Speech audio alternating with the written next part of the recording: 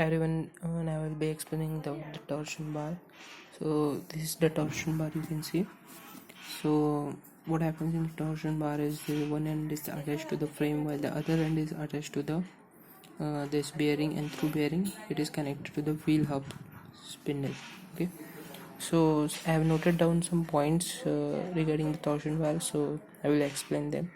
So torsion bar is simply a rod acting in torsion and taking shear stress. Okay, means it takes the shear stress which is provided from the wheel, okay, to the torsion bar. One end is attached to the frame, okay, and the amount of energy stored per unit weight of the material is nearly the same as for the coil, and the amount of energy stored per unit weight of the material is nearly same as for this coil. Means the amount of energy stored due to the forces acting on this torsion bar are nearly the same as that of the coil spring. Okay, so this is also been widely used.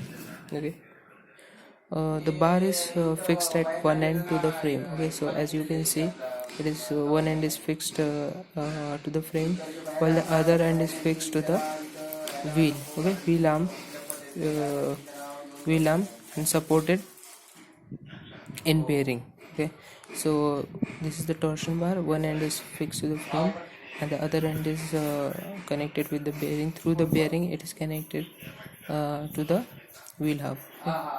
And this is the wheel arm, this is the axle casing, this is the wheel spindle. Okay, and okay, so when the wheel strikes a bump, so how it works, that when the wheel strikes a bump, so here is the wheel. Okay, so this wheel when strikes the bump, okay, strikes the bump, suppose imagine this is a wheel, and when it strikes the bump, okay, so what will happen, it will give a shear force, okay, which will provide a force which will act on this torsion bar in this direction.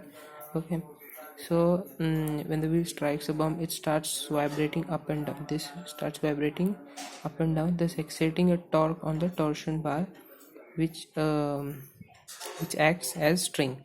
So this torsion bar acts as string. Okay, so suppose this is a wheel, and when the bump comes, so it moves up and down, and this torsion bar then acts as a spring.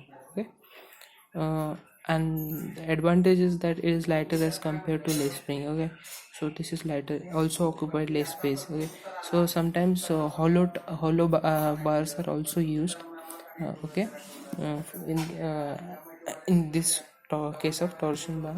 Okay, and also its disadvantage is that it does not take the braking or driving thrust, so that additional linkage have to be provided for this purpose.